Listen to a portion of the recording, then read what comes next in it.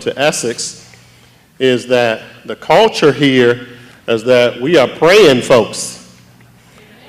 And I don't mind that, not even a little bit, because I know where my help comes from, right? So to get us started tonight, I mean, it looks like we do that in any other occasion, so why don't we have a prayer here to get us started? And again, those people who come in, we'll pray for them as they're headed this way. But I'm going to ask the elder statesman in the room, Mr. Whitaker, you know, the good Pastor Whitaker. Now listen, I know you're a Baptist preacher, but we don't want to be here all night praying. You know, let's get us a good one. Let's get us a good one, and then we're going to turn the mic back over. Well, I promise you, I won't talk and make God hang up on me. Good evening, everyone.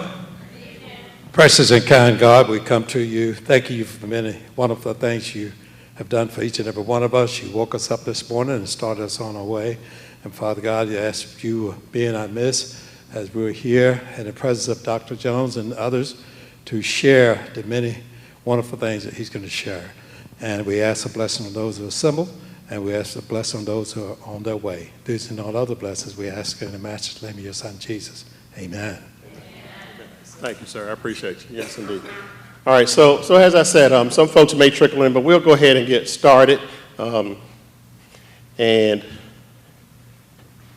run right through our program tonight. And if people come in and ask about things that we've already talked about, I'm going to say, where were you? No, I'm not going to do that. But let me just share a little bit. The idea behind this, actually, let me go back. The idea behind this was to share a little bit about myself with the community and those of you who are staff. Some of this you've already heard because I thought it was important to share a little about me as I came into the school division. But then I think it's important that our community know who their school division leader is as well. And on top of knowing a little bit about me and who I am, this was, for me, a good opportunity, I think, to share our charge, to share a little bit about where we are, where we have been as a school division in regards to several different areas, academics being number one. And so one of the things I also heard about Essex was that this was the school division a few years back that everybody wanted to get to. Everybody wanted to be a part of Essex. Now, some of us may not have been around long enough to remember that, but I do see a few head nods. And so, yes, there are a few head nods here that there was a time where this was the place to be. So our charge and our goal, obviously, now is to return to that time, right? Not return back in time, but at least that space where this was the place to be. And so that's where we are now, to make Essex attractive, to get us back to the place where this is where folks want to be. One vision, one voice. You'll hear me get back to that later. But let's go on, maybe. Turn this on. Okay, try that. All right, so our agenda for this evening, I just wanted to share a little bit about myself, who I am, my journey. Then I'll chat about our collective and identified charge. I do believe that numbers tell a story. It doesn't tell the whole story, but it is a part of that story. We'll do a progress pulse check where we've been. Excuse me. And then we'll do question and answers and a few closing remarks along the way. So just the game plan for tonight. So why my journey? And again, those of you who heard it before, don't roll your eyes, just go with me for another couple of minutes here. But just because I do think it's important, for me it's important personally to reflect sometimes on just how I got here, you know, what drove me to this place and being so passionate about this work. And it did start when I was about that age, right around that age, 9 years old or so, with me and my cousin, best of friends. We were thick as thieves from the cradle up until we were in our early 20s, I guess, and then he moved and I moved, and we haven't, you know, kept in touch as much. But we were as close as what any two people could be, close enough to be brothers. And so when we got about this age, 9, 10 years old, I found out that he couldn't read, and that was something that was stunning to me. You know, I could read at, you know, as good as any other third or fourth grader, maybe fourth going into fifth grade or so about that time. I could read well enough. I was a pretty strong reader, and then I found out that he wasn't. And I was very surprised. And so I'll try to make the story a little shorter than I told it before, but the short of it is that I found out later that different family members had been trying to help him learn how to read. They'd been trying to get him the kind of help that he needed, but he was resistant, he was rebellious, didn't really, want to get into it. I think in denial that he couldn't do as well. And so when I found out, I tried my best to help him to learn how to read as much as what I could at that age, and he was responsive. And so that was something that had been a little bit different than he had experienced before, or that our folks had seen, that he was responsive, at least trying, making an effort to do the things that I was trying to show him how to do. Now, obviously, I'm 10 years old. I'm not an expert, but I knew how to read, and so it just sort of shocked me that he couldn't. And so helped him. That in itself, as I look back on it, is what I believe sparked me, because as he began to respond and to do a little bit better, he felt better. He felt good about that. And because he felt good about that, so did I. I felt like, I made a difference in one person, my cousin. And so I think, again, as I look back on it, that feeling of being able to make a difference, of trying to help someone, that's what sparked me to go into this business. I did go on to college, and in college I majored in special education, a word that really wasn't, that popular in the 70s, and so I think that's a part of probably why he wasn't getting the kind of help he really needed.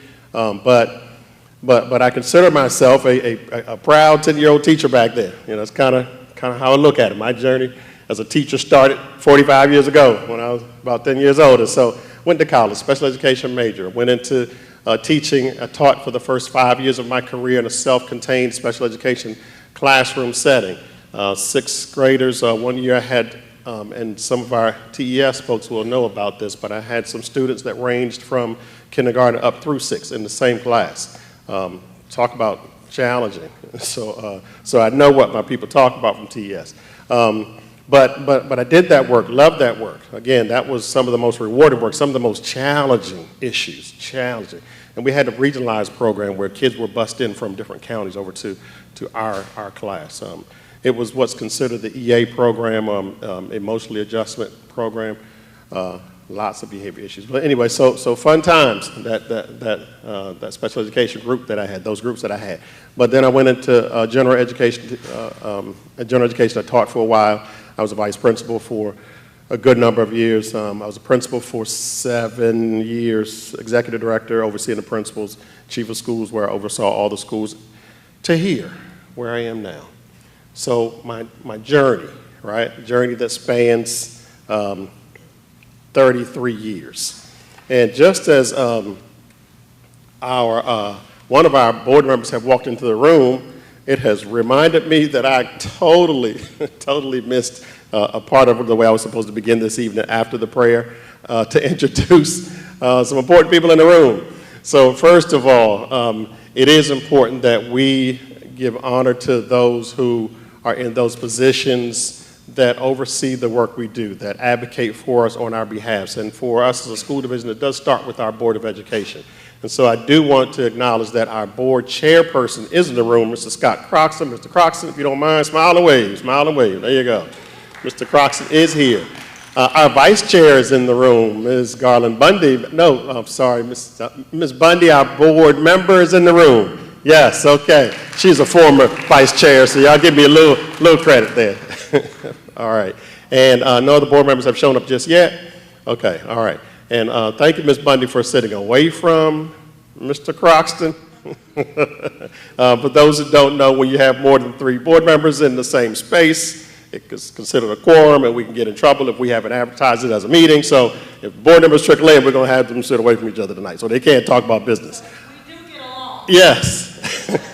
Right. Yeah, everybody put on deodorant. They don't mind sitting close. Just today is different.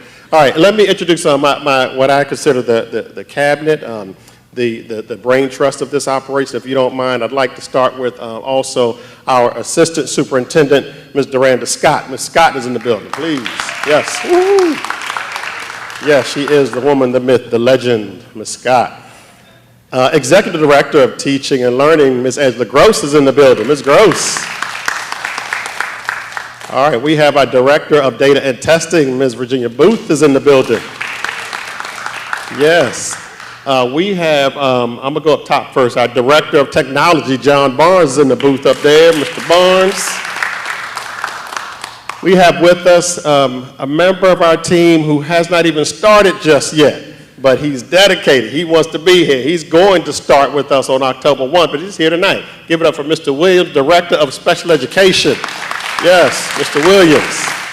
So, some folks who work here have never even seen him yet, so welcome, sir. All right, and we don't have a large crowd, so real quick, Coordinator of Specialized Programs is here, Ms. Victoria Boone is in the building, please. Here you go, smile and wave. All right, any other central office folks here? Nope, okay, principals. Mr. Pitts in the back, Dr. Halls is over here. And supporting Mr. Pitt is the school counselor, Ms. Kristen Brooks. Ms. Brooks is in the building. All right. It is for, Assistant Principal, Ms. Wormley. I see you, Ms. Wormley. Yes, representing TES, Assistant Principal. All right, thank you for that. I didn't mean to take too much time, but it's important that we recognize our leaders. These folks work super, super hard to ensure that our school people, the people that are boots on the ground, have what they need. That's important. So I apologize that I missed that from the beginning. So again, if you just walked in, no worries, we're just going to keep growing like we have a room full of people here, all right? So my journey, I just sort of went through, and I'm at the stage of being the superintendent, and as my charge as superintendent, I do see it as a bit of a covering, if you will, a covering who is responsible for taking care of those groups of people represented at the bottom, students, families, teachers, staff, and community. It is important that in this role, whoever is in this seat, it is important that this person serves as one who is protective over those folks and who is ready to ensure that our young people have what they need. And that's why I listed them first, because they're who we're here for, right? So I just wanted to share that little graphic there. And then we get into what our collective charge is, why we do what we do. And so a couple of quotes there. At the heart of Essex County Public Schools is a simple truth: teaching and learning drive everything we do. Academic achievement isn't just a goal, it is our collective mission. That's the way we're going to move. One vision, one voice. Me is not accomplished alone, we need we. Me and we. Muhammad Ali, in case you didn't know. So numbers, so we need to talk about the numbers because it is important. We can get to a place where we feel good, and feeling good is a part of the story, but that is not the end of the story. There's a reason we're here, right? There's a reason that we do what we do, and it is all about our young people. So it starts with enrollment. We got to get them here. And so some of the data we'll look at is historical. I didn't go too far back, 2, maybe 3 years on some slides. But just looking at our trends, so a couple of years back, counting pre-K students, and I'll tell you why I said that in a second, but counting pre-K students, we topped out at about 1164. Last year, we topped out counting pre-K at about 1092, and currently, where we sit, counting pre-K at about 1103. And so those numbers are important because they do equate funding for us.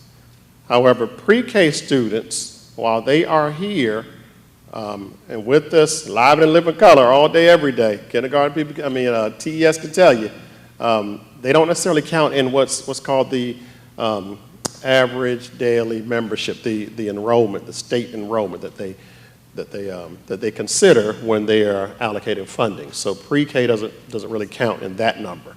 But kindergarten through 12 does, and so just our numbers of students. And then a couple of things at least one other thing on this slide that I think is important is where we are with graduation rates. Looking pretty good, looking pretty good. You know, 4-year cohort graduation rates, you don't necessarily see those numbers everywhere. I can tell you from experience, we're looking pretty good. And Mr. Pitt, we expect that tick to go up one more, at least 2 more percentages. points. So a couple of years ago, we were at 94%, and last year we were at 95%. So we're going in the right direction, four-year cohort students graduating high school. That is exactly what we want because that's the culminating event for going through school, right? All right, once we get them here, we got to make sure they're coming. Once we get them enrolled, we got to make sure they're here. So the purple is a couple of years ago, the gold is last year. So EHS, you see that 78% of our students a couple of years ago missed 10% or fewer. And so if you think about the number of days that are in a school year, typically it's around 180 days. And so 18 is 10% of 180. And so we're talking about students who miss less than 18 days of school in any particular school year. So at EHS, you see that last year we did better than the year before.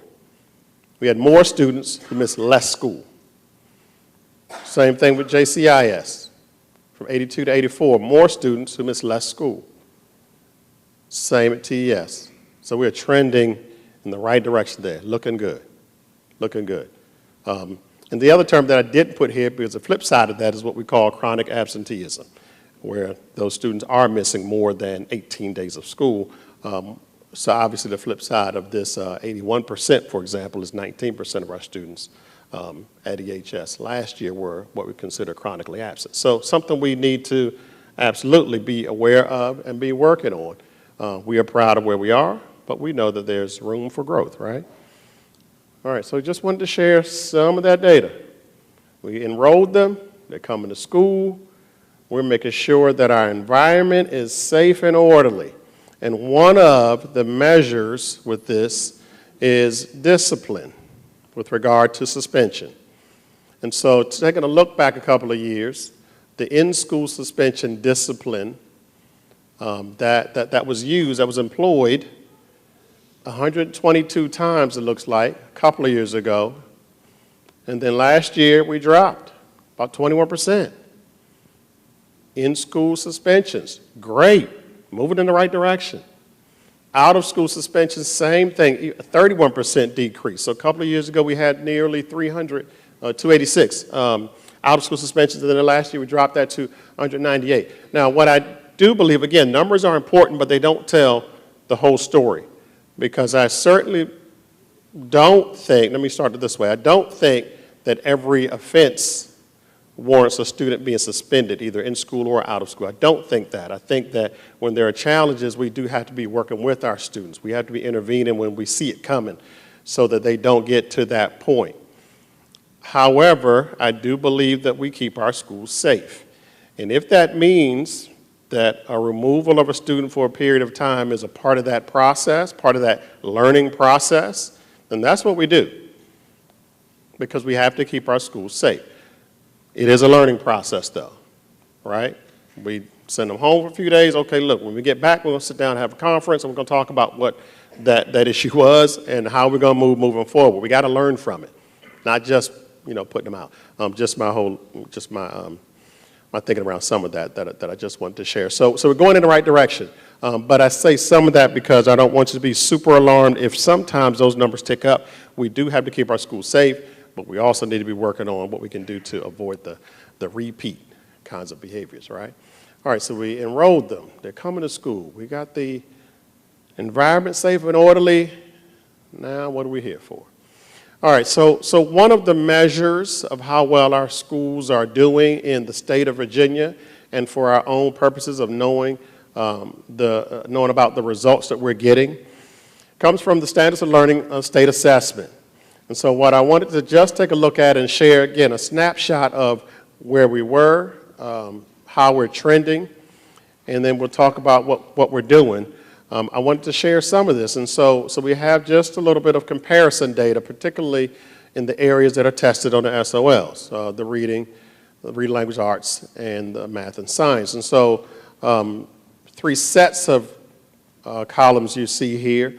Again, the purple and the gold is us on this one, and then the blue and the gray is the state. So the purple, a couple of years ago, for reading, we were sitting right around 63%, and the state was a little above us at 73%. And for last year, we climbed from 63, the purple, to the 68, the gold. We climbed a little bit, and the state did a little bit as well. For math, you see we were in the purple. We were at 68% a couple of years ago. The state was at 71%. And this is state averages, so all the school divisions in the state average together. And then last year in math overall, this is all schools in our division, we slipped a little bit, 1% to 67. The state climbed 1% to 72. And then you see the last one here, science. We were not sitting where we wanted to be. And we knew that. Well, some of us have known that because we've talked about it, and there were some information that we reviewed that shared with us that science was absolutely our sticking point. We're working on that, but I wanted to be transparent. This is where we were in relation to the state. So in some respects, you might say, well, the state isn't blowing anybody out of the water just yet. And I do say just yet. That's probably accurate. We certainly want to be aware of Essex. We want to take care of us, right? And then we can look at state averages and all that stuff later. But if we're doing what we should be doing, the rest of that stuff will take care of itself. But it was at least something I thought we should take a look at, where we are in relation to our schools within the division. There are 131, if you didn't know this, there are 131 school divisions in the state of Virginia. So the averages of everyone is here. So that's us versus the state as a whole. And to look at it a little more closely, taking a look at Essex High School. A couple of years ago than last year. 2 years ago was a purple, last year's a gold. In science, looking pretty good a couple of years ago. But last year, wow, what's that, 11-point jump? Nice work. In science, in math, we're still above 80. Still above 80. We slipped a little bit, but still above 80. Purple again, the year before last, gold last year. Reading language arts, 87. 86 last year. Still above 80. That's pretty good. That's pretty good. We got some great things going on here at Essex, and we're going to keep that up. JCIS, science. That's our sticky wicket there. A couple of years ago, we were at 44. We did move in the right direction. That's a good sign. We know there's work to be done, but that's a good sign. Science. Math, we are right in that 60 range. Work to be done. Language arts. That's a nice little jump there. Reading language arts from 61 to 65. So just historical kind of where we are last couple of years, and that'll give us, a framework for where we need to go. TES, math, 70, a couple of years back, 72, nice jump. Reading language arts from 51 to 62, nice. That's great. That's great. Now, you don't see science on this particular one. The science SOLs are taken by the fifth graders who are at JCIS, so they're not indicated at Tappahannock. But just in general, last couple of years, how we fare among ourselves with the SOLs and how we fare with the state. And so that information tells a part of the story. There are lots of factors to be included in why we may not be exactly where we want to be just yet. Some of those, and I say factors instead of excuses, because I don't like to make excuses. But there are some factors that sometimes must be considered. One of the factors, I think, is that we have struggled a little bit to ensure we had fully licensed teachers across the board in every area. That is not a struggle that's unique to our division, Essex, at all, by any way, shape, or form. Is that a thing that is unique to us? To our surrounding divisions, to Maryland, I can tell you firsthand, it is a struggle, and it has been probably since COVID, honestly, to ensure that schools are fully staffed with fully licensed personnel. Now, we have a lot of great teachers, though. Let me just say that. A lot of great teachers who may not necessarily have it just yet, but they are pretty close to it.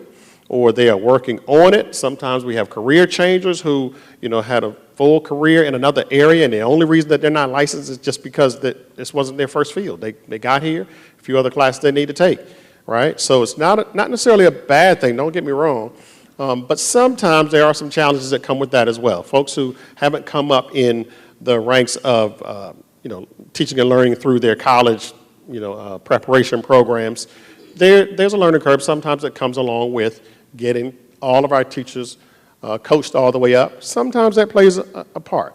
But division ranking, I talked about there being 131 divisions in our state. And so 3 years ago, I think this one goes back, so we were ranked 108. And then a couple of years, year before last, we were at 102. So this one, the lower the number, the better, right?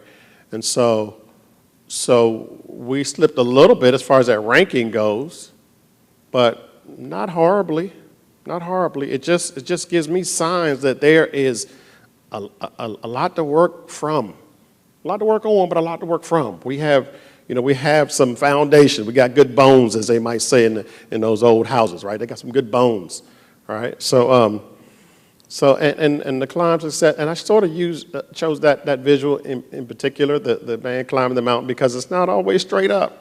You're going to have some challenges every now and then. It's not always straight up, right? I just thought that was one that was, I think, symbolic. And so just to talk about some of the areas of support. Now, we certainly did not list all that we are doing, and I think that could have taken up probably way too much of this event than what I had really planned. The big thing here is bolded in that very first one, Tier 1 instruction. So that's what we're working on, is to strengthen that first, the instruction that everybody gets. We want to grow and improve in that area first, right?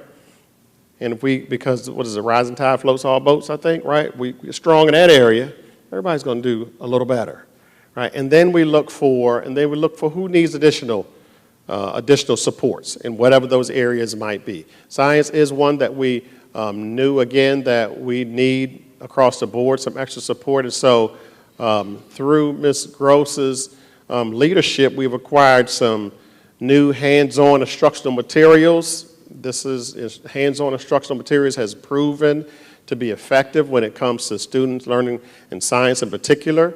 And so the Lego Science for grades K to 5, the STEM Scopes curriculum for 3 to 8, again, those areas where we know we're struggling a little bit with science, right? And then other hands-on instructional materials. Reading Language Arts, we expanded our interventions at the intermediate school and added a reading specialist to both schools, reading specialist to both schools.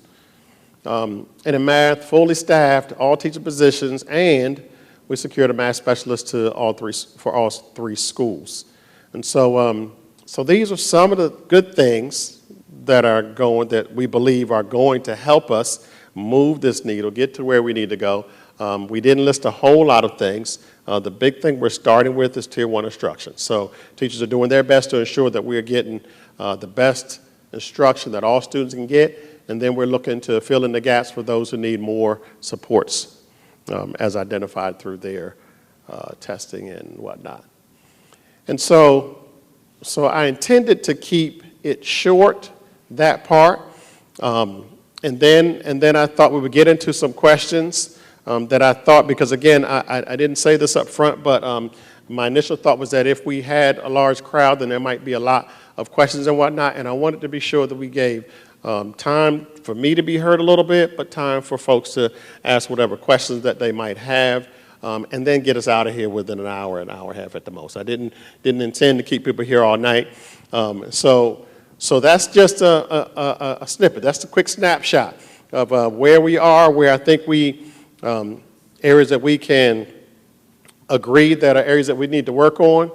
But then I was going to open it up to questions from the group. Now, before we do that, I know that you all were offered an opportunity to grab index cards from the hallway here and to begin jotting down questions that you might have or might want to ask, and that's great. I did want to give just one disclaimer that when we first started planning this, it was before some of the hot topics of late have come up.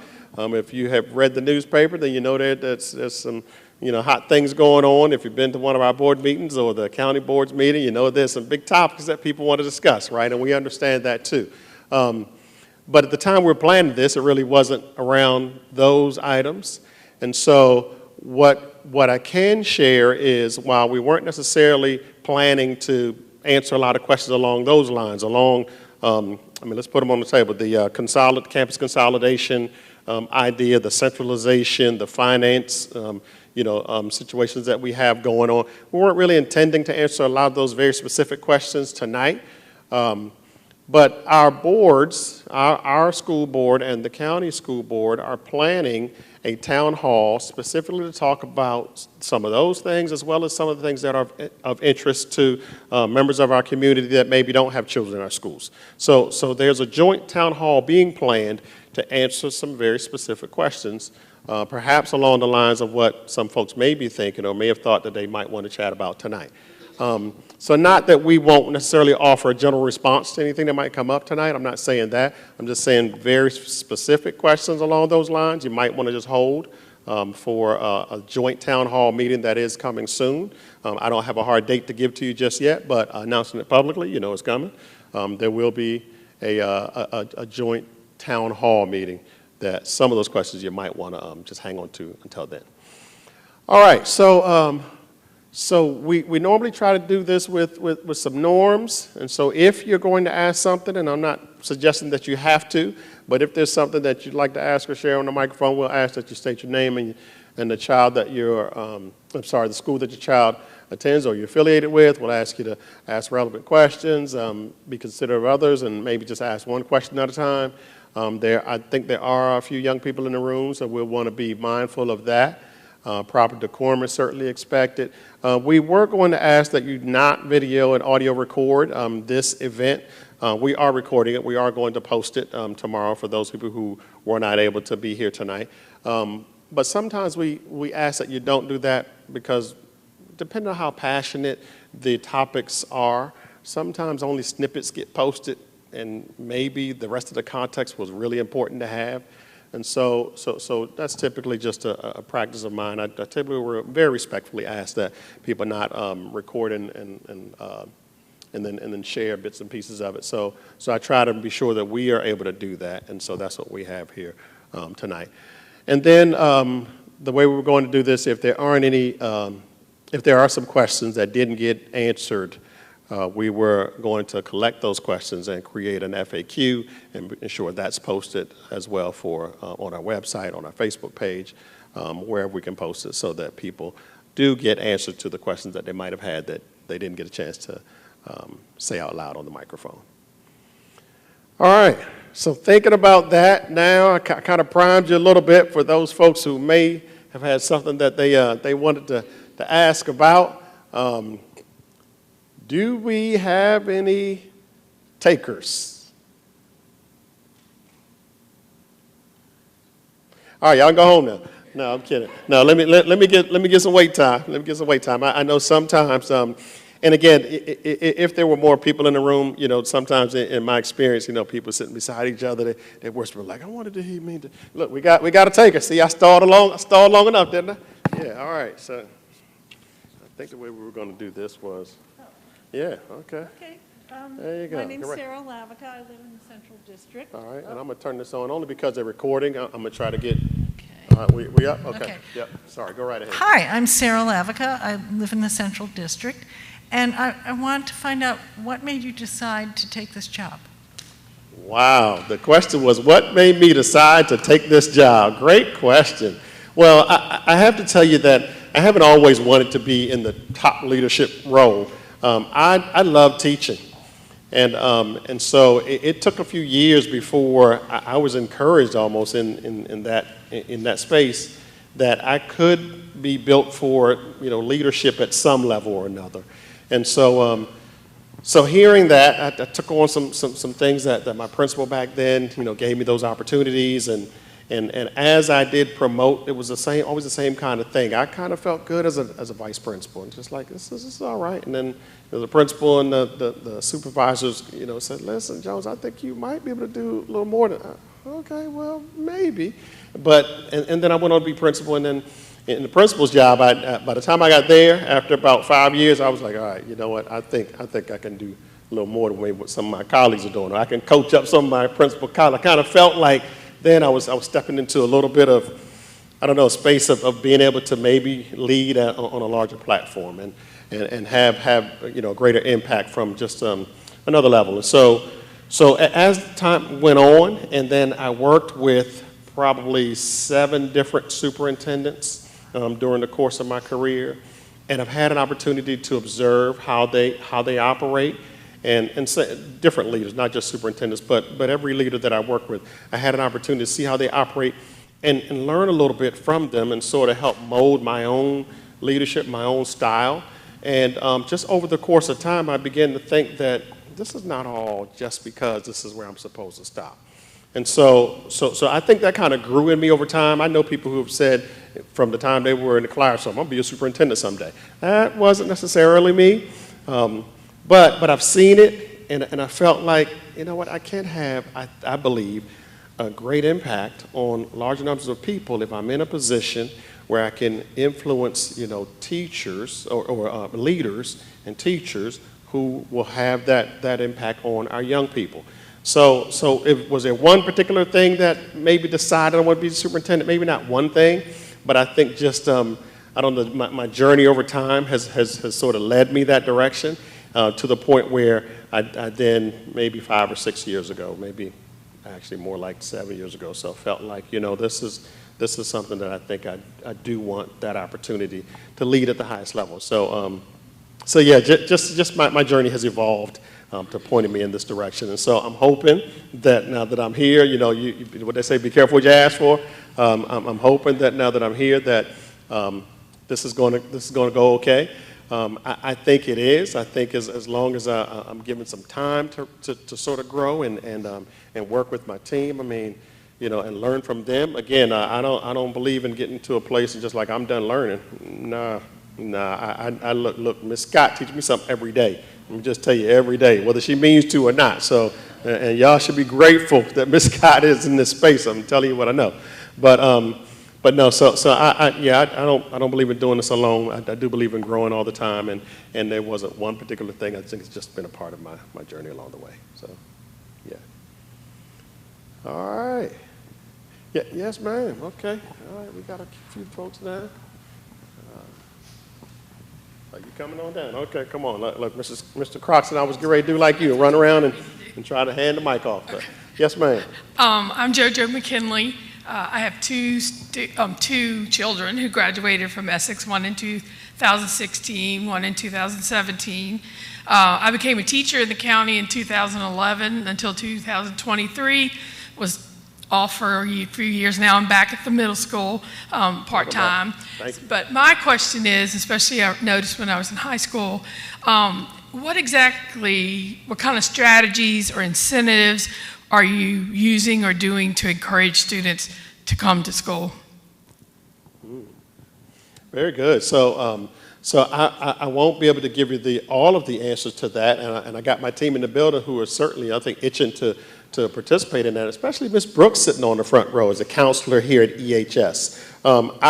I believe in involving those people from our student services supports, those folks who are first of all, identifying those students who are not coming to school, but having those conversations to find out why, to dig a little deeper. Sometimes it's more than just they didn't want to come. Sometimes there are some things that are going on either at school or in their personal lives. And so I think that part is important to have those conversations. But then also, yes, you mentioned incentivize. I think we have to find out what they would be willing to work for, what students would want to to come to school and be a part of, and be a part of. I think, speaking of being a part of, that's important.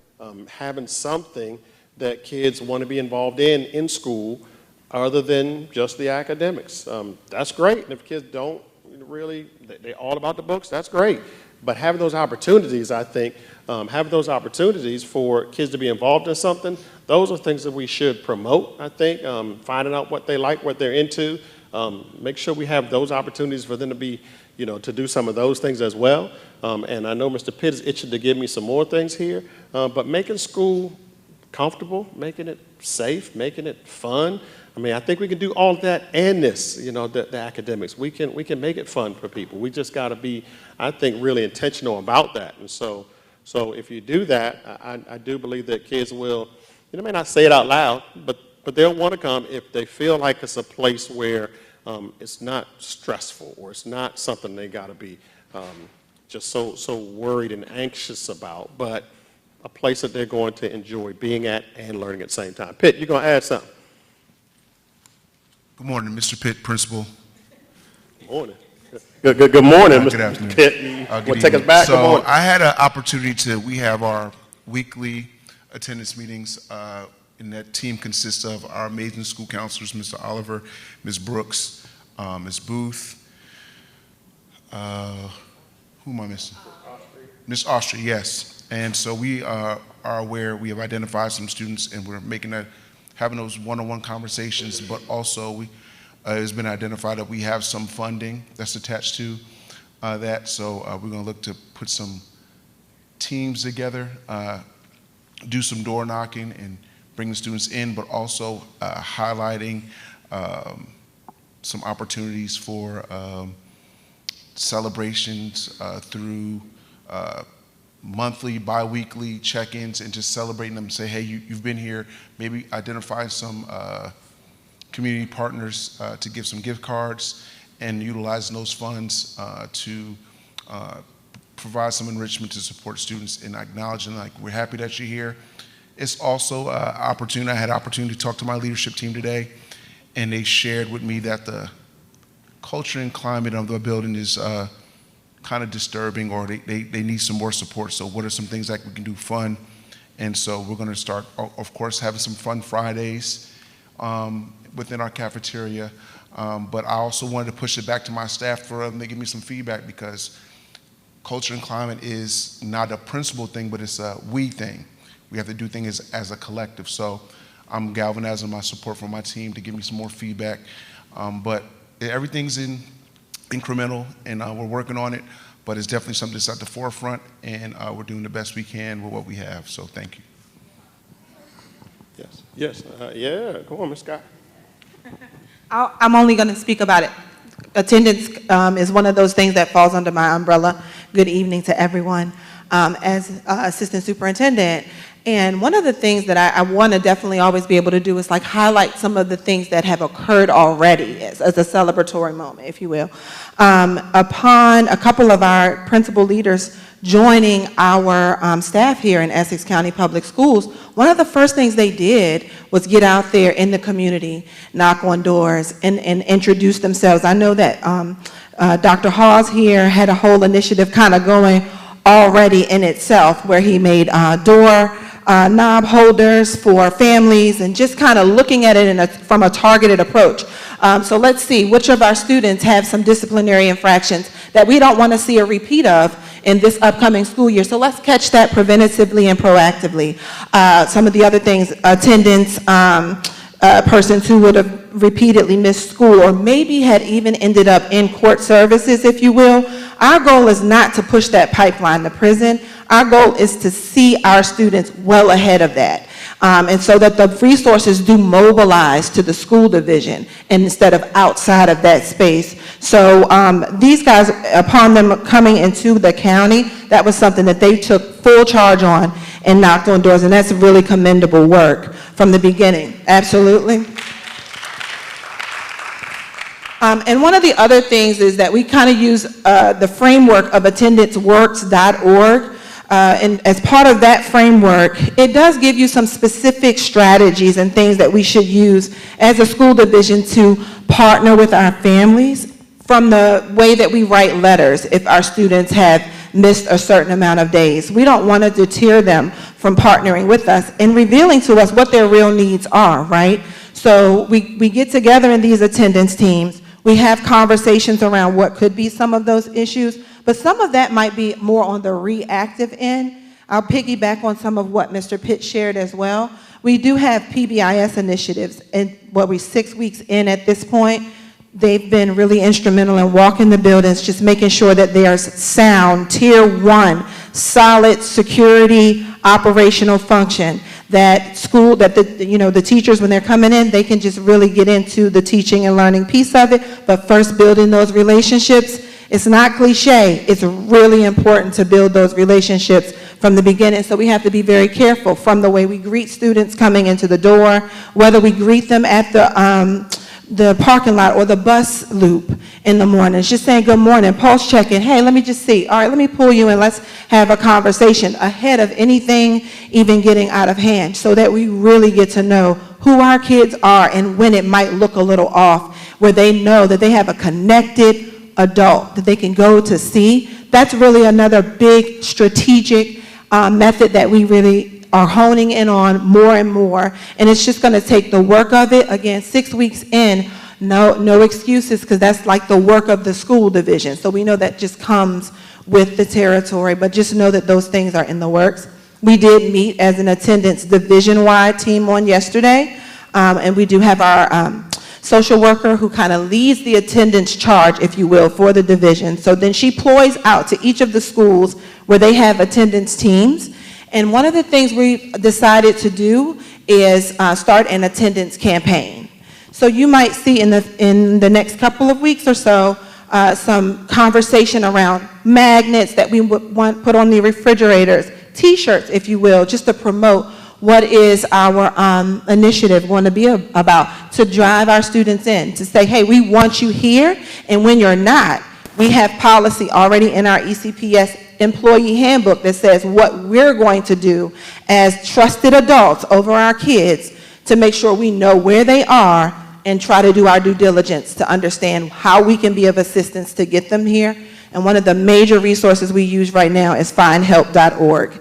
Put in your zip code and it'll tell you exactly what type of resources surround the area so that we can share that with families. So to answer your question, there's really some strategic work going in. School teams have already kind of ployed out to do a few things, but there's more work to come behind it with intentionality. I think you took care of it there, the best assistant superintendent this side of the Atlantic, maybe this side of the Pacific, depending on which part of the country you're coming from. No, thank you, Ms. Scott, we appreciate you. Okay, and this young lady's making her way on down. Come on down, come on down. Good evening. Good evening. You can pull that away from the stage if it's too close up there. Make it comfortable for you. Right. I'm Janita Tompkins. I have a child at TES as well as EHS. Ms. Scott may have potentially answered part of my question, but homelessness or displaced families is a thing in this community. I know personally of 2 families who have, one that has been displaced for several years, and one particularly within the last month or 2. So would the findhelp.org be a website for them to reach out to, or is does the county have some type of help where they can help get the kids back and forth, considering they don't have a permanent address? What exactly does the school already have in position where, because it's almost like I don't want to say embarrassment, but sometimes people don't want to come forward and say things because of judgment and different things. Well, how can I help that family without telling them, hey, this is the website that you can go to, this is who you can go to, that your business won't be out in the street? So that's my question with that. And my second question may be for the board meeting, but a lot of times I'm here 4 days out of the week with Color Guard and the band, and a lot of times I see things going back and forth, but today I saw a student walking out of the building vaping as he walked to his car. So my question is, for my child who's at the high school, I'm concerned for her safety. So what can we do to heighten safety for our children in school so that I don't have to have the extra burden of fear of if something's laced in somebody's vape and they decide to go off, because we just had an incident in the band room a couple of weeks ago where a child went off. my child could have been there. Maybe I shouldn't have said that in public, I'm sorry. But it's a real concern for me and my children. Sure. Yeah. So they're my two topics that. Great questions. We appreciate those. I'd say the first one, and I'll let my team jump in here. The first question you talked about, families experiencing homelessness. There are specific funding sources that are put aside for those families. Is through the McKinney-Vento Act. Ms. Austria being our social worker leader, yes, she would be the person that you would reach out to for more information along those lines of getting them the services that they need, because they're entitled to it. Those families, they are entitled to those services, and oftentimes they do include transportation to and from wherever they are staying. And so absolutely have them to reach out to Ms. Austria. She can point them in the right direction or set them up with the folks they need to be in touch with in that regard. As some of the other things you talked about, the safety and the vaping, that sort of thing, it is always a concern for all of us, because it doesn't just happen at this school or the one across the street.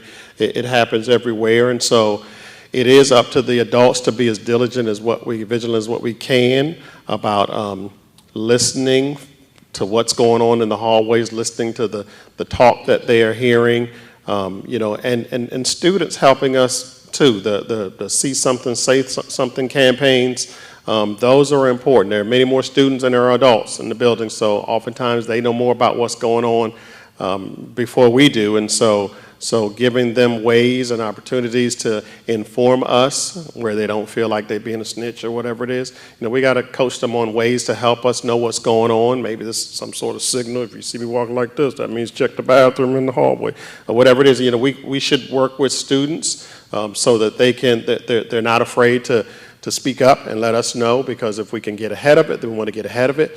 Sometimes by the time they're vaping walking out of the building, they've had it in the building all day long. So it's not something we can fix at that moment, but once we know about it, we should be going after it. So if we can identify who they are, then we should try to have a conversation with them like as soon as we see them again. And if we got a name, then we should be calling their families that night. So I think those are things we can do as adults. Whether they are our children or not, we should let someone at the building, some authority in the building, know what's going on so that we can chase it down, so that we can try to get ahead of it. And again, the See Something, Say Something campaign, sometimes you can tie incentives to those kinds of programs. Anonymous tips, ways to do anonymous tips that can still be incentivized. There are ways we can do that, and ways that maybe we should look into doing those kinds of things. Safety is got to be number one. If we don't have that, then we can't do anything else. So that has to be number one.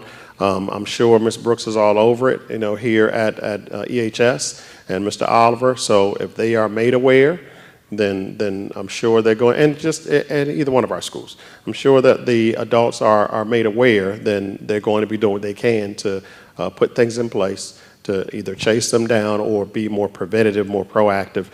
That is the charge, and so we need everybody, all hands on deck, because again, it's many more students in any of our buildings than it is adults. And so sometimes there are going to be some things that we miss unless we get the help of each other, being vigilant, and then being responsive when we get that information. We got to deal with it. So anybody else want to add something to that? Ms. Brooks, yeah, come on. Hi. And I will just add on, so at the high school specifically, in the back restrooms, they do have monitors that'll go off if a student vapes, and then we do have an awesome team that once they are alerted, they will check the cameras to see who came out of the restroom, and then they will go and, talk with the student, for the student, and then check their belongings for a vape. So, if it is something that we are working on so that we can, catch it right then and there, and I understand that it is a concern, but it's not going without, we're working on it, and yeah.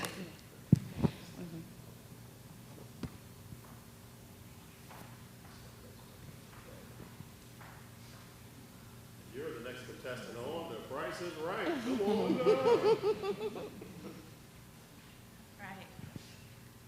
Good evening to everyone. Welcome, Dr. Jones, and thank you so much for being here.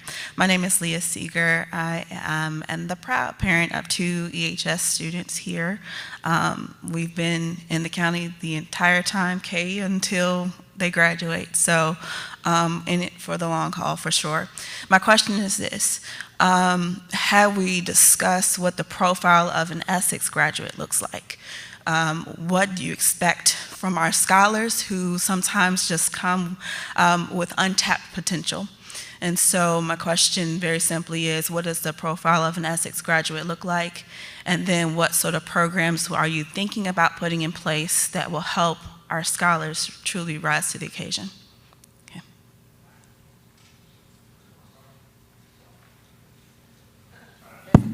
Okay. That's a really great question, Leah. And I think that is one of the things that has formed our vision for the direction that we need to go in, right? As we think of opportunities that our students are not accessing, but they very well should be. As educators, we know we get really passionate about that, right? And so we wanted to start to make sure that we were making sense of the different pathways, first and foremost, that are offered to our children. Just today, and I'll let Victoria speak to that, but sessions were held here to gauge interest of students who would like to be a part of some of the specialized programs that are offered regionally. But we envision that for our children to have that access because our percentages aren't always as high for who our students are that are accessing it.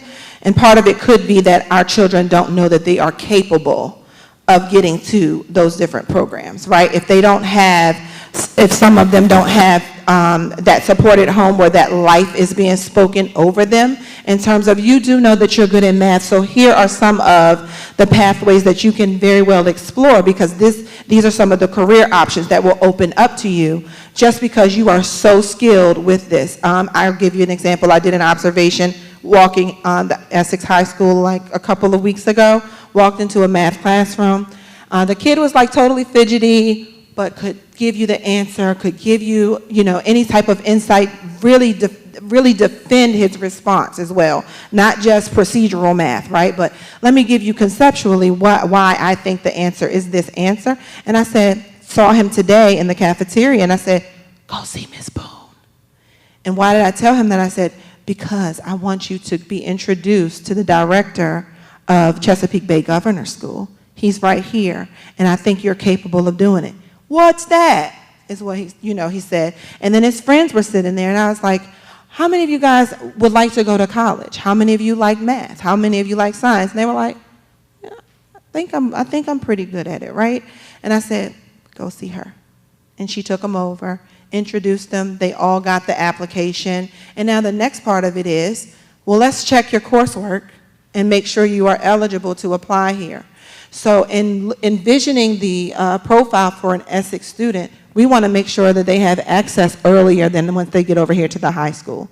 We got to start having those parent meetings, access and conversations in the middle school where they know. We have to start doing some interest surveys earlier on in the elementary school setting, starting from the pictorial depiction of those things so that they can really understand, this is what I'm good at, here's what my data says, and as I charge the teaching and learning team today, we're no longer having conversations with parents about what our kids can't do. We're telling them to what extent they can do it. So when Essex students do walk out, we can say, and I stole both of these ladies from RCC. I'm just going to put that out there because they were able to give me some really great insight over the years.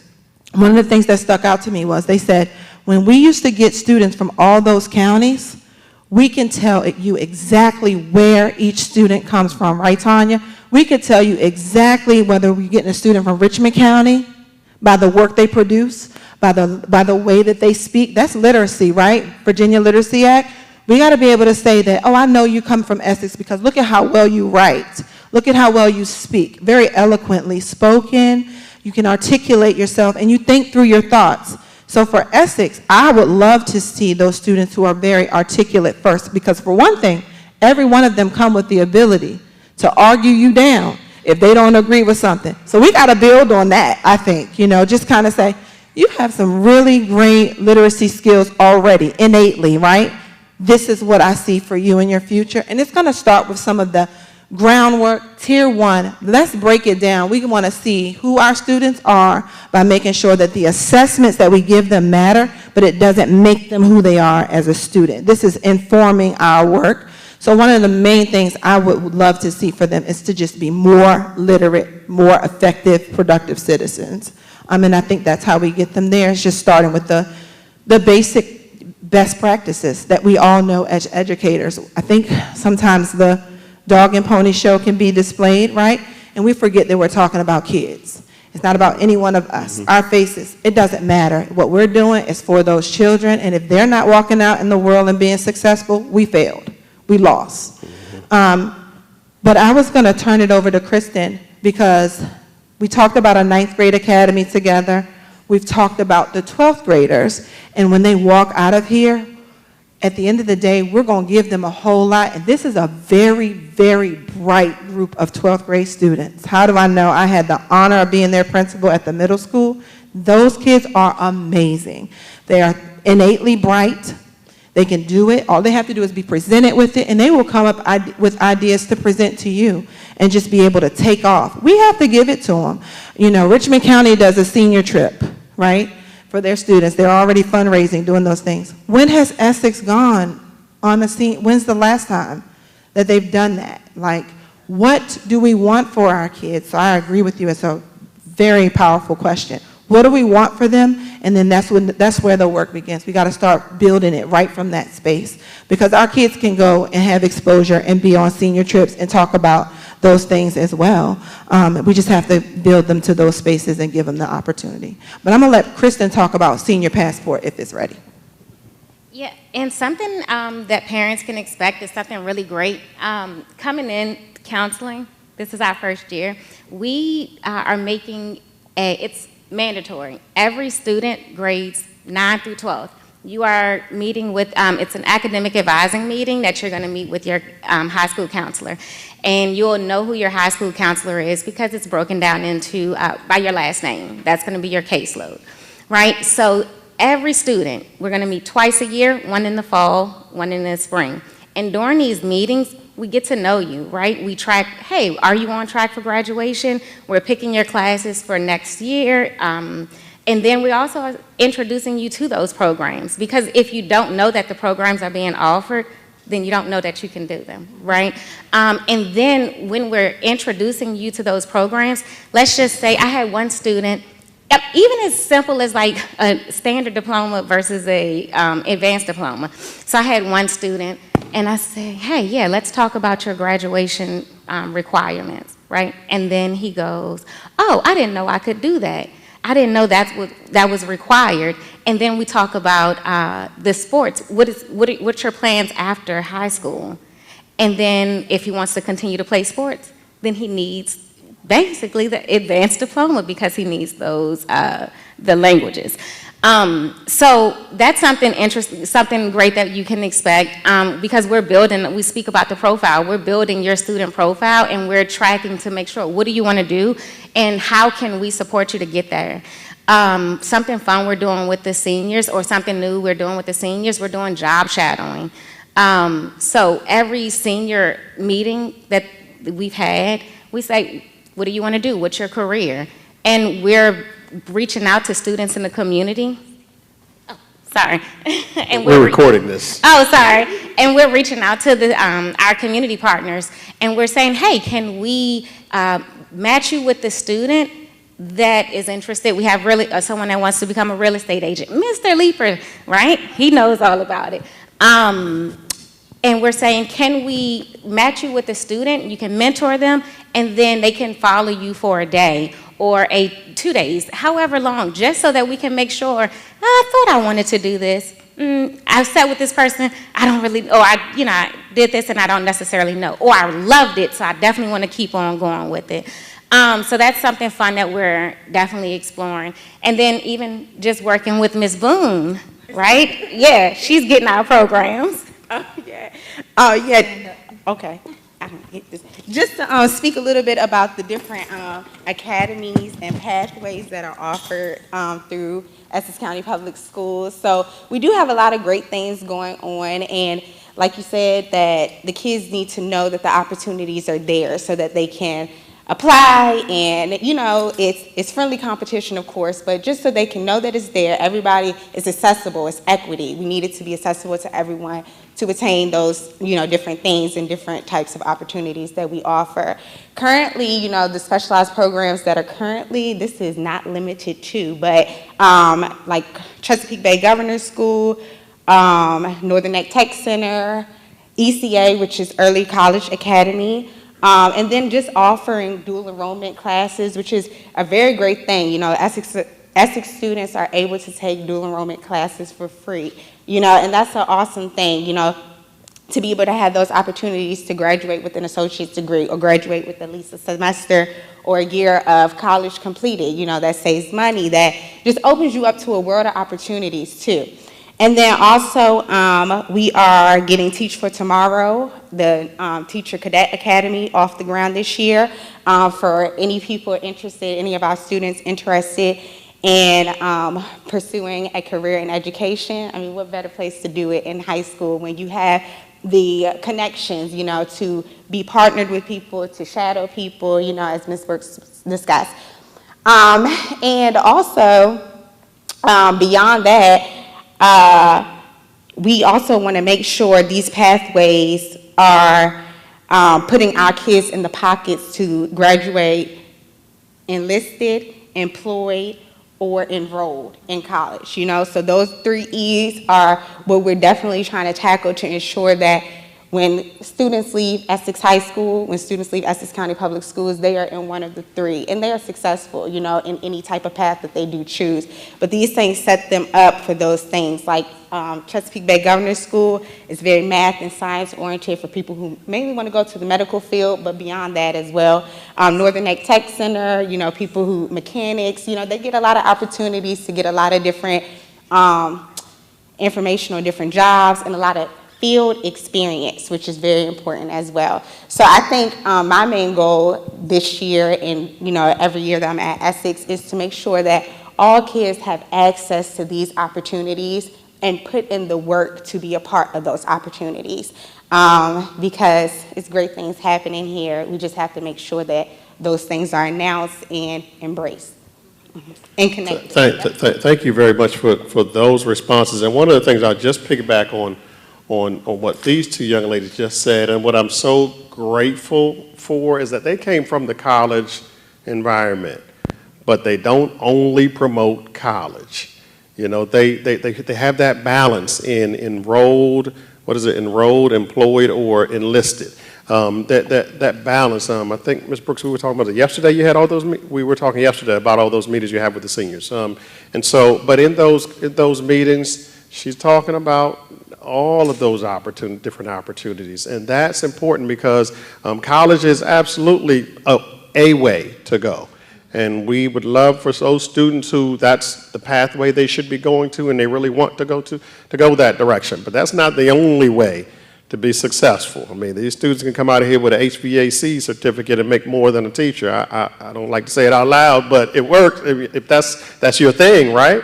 So we have to encourage productivity. And that's what these ladies do. That's what I appreciate, that they don't just push college. And so there's so many other opportunities, and that's important for me to create that profile of a graduate there, that they understand what the options are available to them as they are coming out.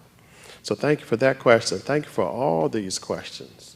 And I got one more, looks like. Yes, this young lady has made her way. She snuck over here. Go right ahead. Hi. Thank you, Dr. Johnson, for coming to Essex County. We appreciate you coming here. My name is Nina Fletcher. I have 2 kids, one in EHS, the other is in DES. In light of the recent political events, I think safety is a big concern for parents, especially nowadays. In light of the recent events in Essex County regarding the Vice Principal Wormley in the altercation at the high school, she was transferred over to Tappahannock Elementary School. So there was an altercation with the vice principal Wormley in which she had a physical altercation with a student in this high school. That's not quite accurate, Ms. Fletcher. That didn't have anything to do at all with why Ms. Wormley works at TS, and that's not something that happened. I don't know where that's coming from. That's not accurate. Where I got that from was from students in the high school. They gave you inaccurate information. Inaccurate, completely. Okay. Completely. There was no such, Ms. Wormley still in the room? There was no such, there was no such altercation at all. And we placed her at the elementary school because of a need for the elementary school. Yes. There was nothing that happened at all. So whoever told that student that, go back and say, hey, you got bad information. Okay. Go clean that up, because we don't want, I'm sorry, I don't mean to talk like that. No, that's all good. That's good. But no, that's inaccurate. So that makes me feel better personally. Yes, please sleep good at night. That's Yes. nowhere near. Because I'm no. We're not doing that. That's no, and not a thing. also, do you have a plan in place to try to attract more teachers into coming into Essex County? And then that's the last of my questions. Yeah, so recruitment and retention is something that is important for us. Recruitment and retention of teachers. It is important for us, and attracting people to this area, to Essex. It is a little bit of a challenge because of just where we are. You kind of have to want to come to this area. And so if we got people that we are getting wind of or thinking about it, we are doing our best to make it attractive. But there are also some things that Ms. Boone is working with, even at the RCC, and with people who are substituting for us, where we're trying to make it a little bit easier, if you will, for them to get on track towards getting a certificate to come and join us. And then some of the PR that we're doing now, the public relations that we're doing, we're trying to get our voice out there, our brand out there. You're going to see in another slide here, just to like and follow us on our social media. Again, it's not just because we like putting nice pictures up, but we need to get our voices out there. Yes, scan one of those and follow us. But and then as you hear good things about us, talk it up. We are absolutely in the business of word of mouth. We use word of mouth for everything else, social media for everything else. Let's put the good stuff out there too. That, hey, listen, you might want to think about. You should come to. There's a lot of great things going over here. We get ready to do something historic. You better get in on this. I mean, let's get the word out. And so that's what our charge is, and our PR specialist is in the building somewhere. She's up there helping out. She's doing a lot of these things to help us in that regard, because that's huge. You got to get the right people in place to be in front of our young ones to help them do their best. Somebody else was going to jump in on that. Are we good? No. You good? You double dutch. You like. No, that's important to us. Recruitment and retention. We know, because it's an area of struggle. We recognize that's an area of growth for us. Let's put it that way. And yes, and that again is not a unique issue to Essex or any other division near us or any other state near us. It is not a unique issue. Everybody's fighting to get those teachers in. So. Yes, and you may elaborate. Yes, ma'am. Because I also want to clarify the misconception about pathways for teachers. Dr. Jones hit on this earlier during his introduction with regard to career switchers. Career switchers come with certain credentials. They may be extremely strong in the content area. They just don't have the teacher credentials that they would have to go back and get, right? And that just might mean that they have to go and practice a little bit more around classroom management, how to teach, lesson planning. Those types of coursework would need to occur through another pathway. It does not mean that those individuals are not qualified to teach our children. And so I just want to make sure that point of clarity is inserted, because many schools employ, in fact, per Virginia code, it's allowable.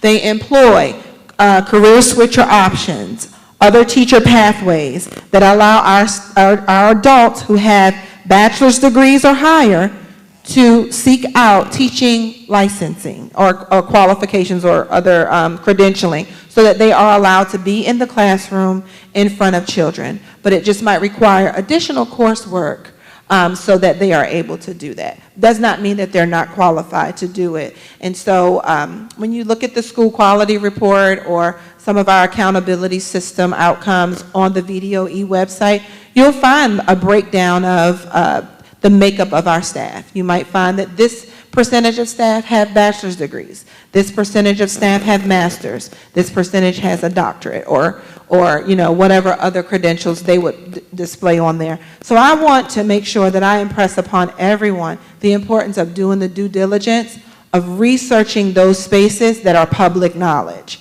Because it can be really disheartening and it can make it more challenging for us to do the work of recruitment and retention if we're constantly being slammed on social media. That's just the truth of the matter. We want to be protective over our staff who come here every day, work hard in the trenches on behalf of children, and we can't take that away from them at all. They have the credentials and are qualified to be in the space. Otherwise, you might see a status of substitute, and that shouldn't be misleading either, because there are some subs who have been with us who are retired teachers, and they still have kept their licensing up with the VDOE, which you can also view that public knowledge on the VDOE site. So I just want to make sure that we impress that upon everyone publicly so that we can start doing the work of community together for recruitment and retention, because that is really important. Very good, thank you. Yes, yes, promoting the positive, yes.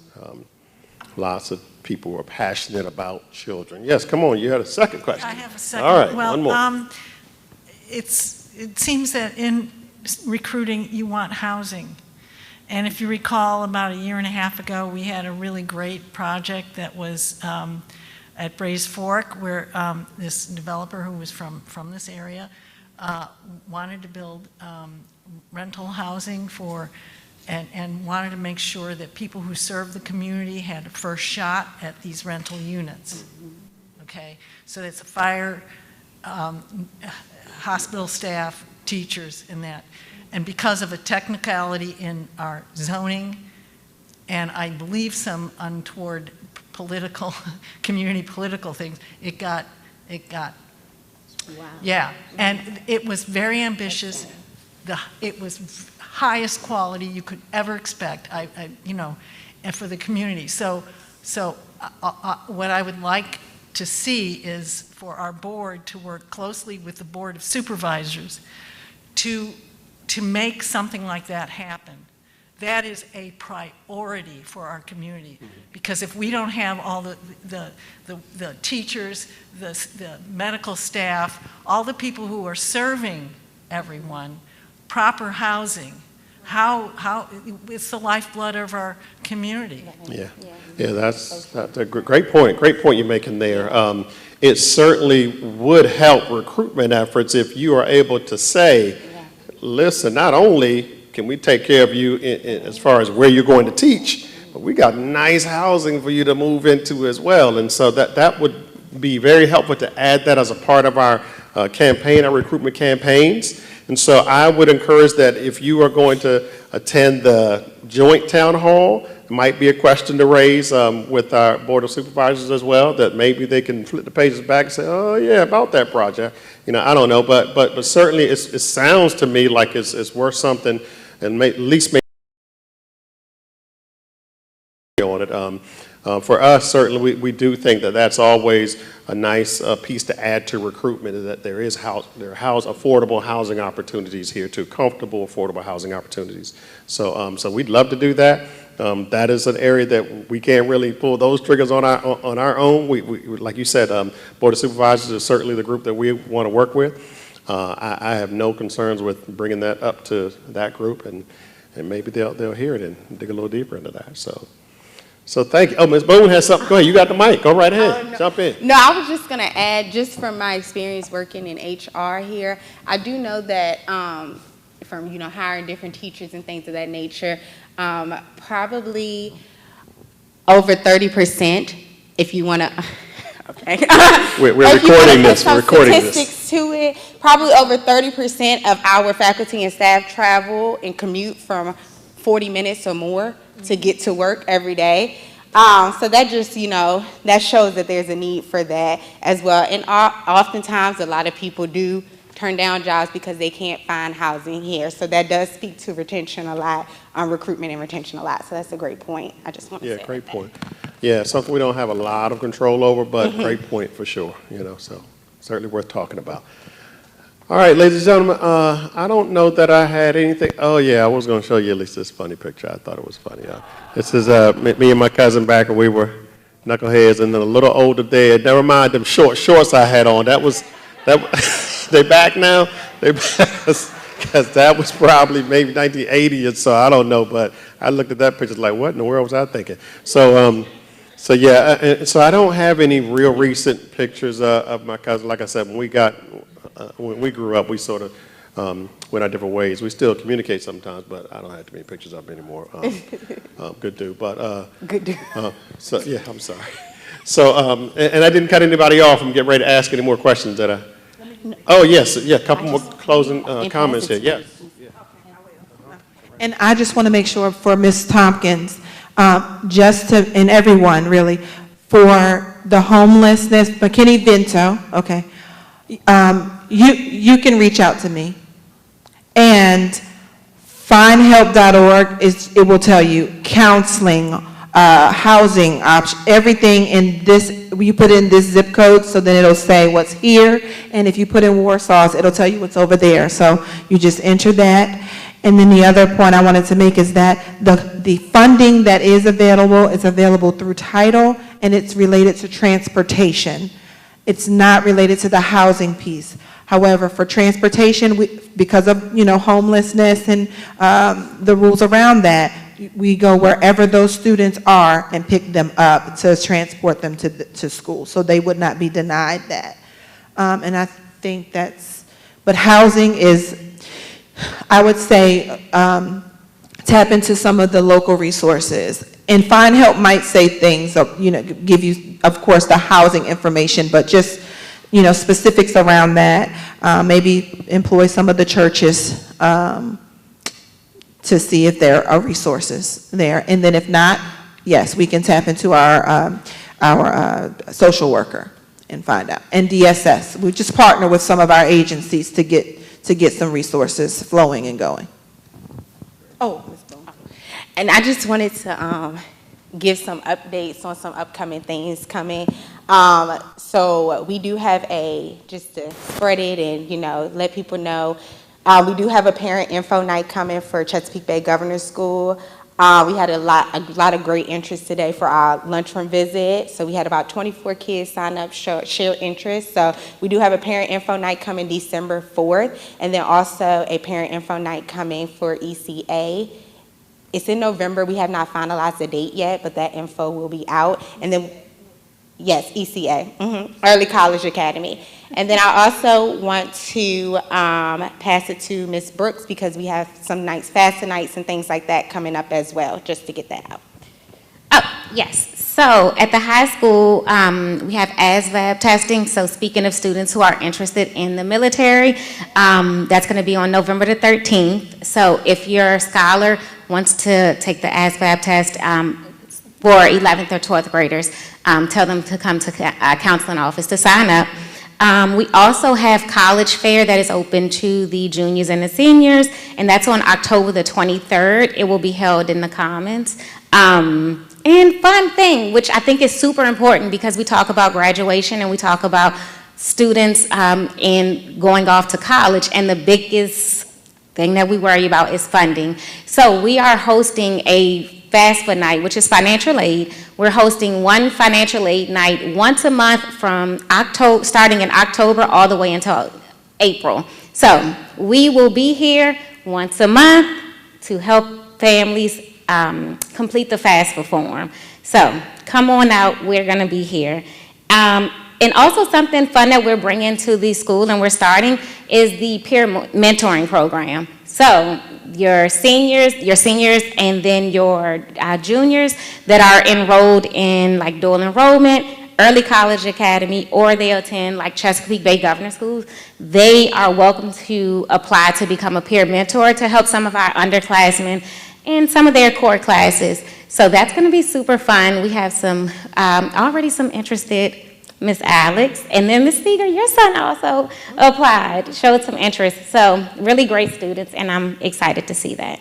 And if you guys have any questions, oh, speaking of this, it's still in the works, but we are working to get a community closet going. So we do understand that there are students who may face food insecurity or clothing insecurity, right? So we're gonna have a community closet. Hopefully that's gonna be up and running. That's going to be ran by our student leaders. So we're gonna give some kids some responsibility so they can get ready. So yes. Awesome. Very nice. Yep. Yeah, why do I feel like this is your meeting? No, very good. And all that information that you shared can be found on the high school's website as well, or coming soon, maybe? Coming soon. Flyers, okay. Can something like that be posted in the newspaper? Can it be posted in the newspaper? Possibly. Is it possible that, that's really important information. Not everybody's going to be online. But I was wondering, the newspaper is very friendly to, the school and the... Send it to Miss Willett, and let's let Miss Willett talk to Chris Rose, and let's see what happens. I mean, why not? Yeah. Why not? The worst they can say is no, I like it. Oh yeah, and also every senior and junior, once they get their senior folder, so we have it's called their passport folder. Every single flyer is in that folder, so the parents will have access to it. Just tell them to, if your scholar have not showed you their folder, just say, hey, let me see your purple or yellow folder, and it's in there. Or just call me, I'll send it. Very good. Thank you for inviting us to your meeting tonight, Ms. Brooks. We appreciate it. All right. So, ladies and gentlemen, I don't have anything else tonight. I think this has been a good meeting for us, those of us who are here. So when we do this again, likely in the spring or once or twice more, tell all your friends. Somebody call somebody and say, it wasn't that bad, and we'll make it even better next time. Reverend Holmes, we good? Okay. Good deal. I'm glad. Yes, indeed. All right, so ladies and gentlemen, I don't think I have anything else. Is there anyone else who has anything else before I give you your last charge before you leave? All right, when I say one vision, you say one voice. One vision. One vision. I can't hear you. One vision. There you go. All right, that's how we're going to move it as this county. Thank you very much. We appreciate you all.